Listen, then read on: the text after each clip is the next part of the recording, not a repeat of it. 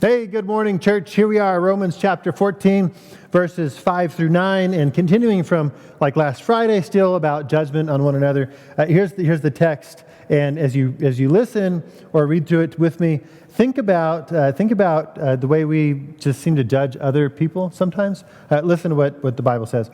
One person esteems one day as better than another, while another esteems all days alike. Each one should be fully convinced in his own mind. The one who observes the day observes it in honor of the Lord. The one who eats in honor of the Lord, since he gives thanks to God.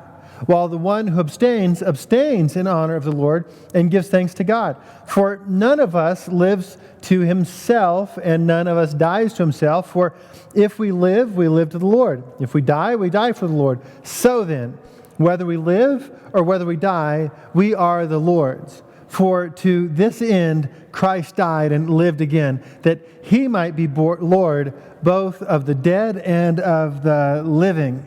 So check this out. Here in the text, what we see is Paul writing to the church, and he's like, hey, whatever you do it for God. And because you do it for God, it's a good thing to do. When we talk about judgment, here's one important point. When Paul is writing, he's writing about things where the Bible does not speak.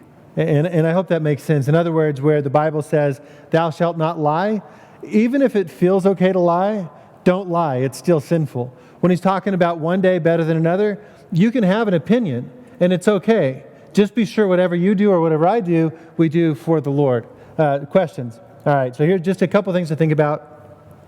What kinds of things do we try to make more important than other things that really don't matter in life? Like, is it a day? Is it a food? Is it a drink? What is it that we put above other things?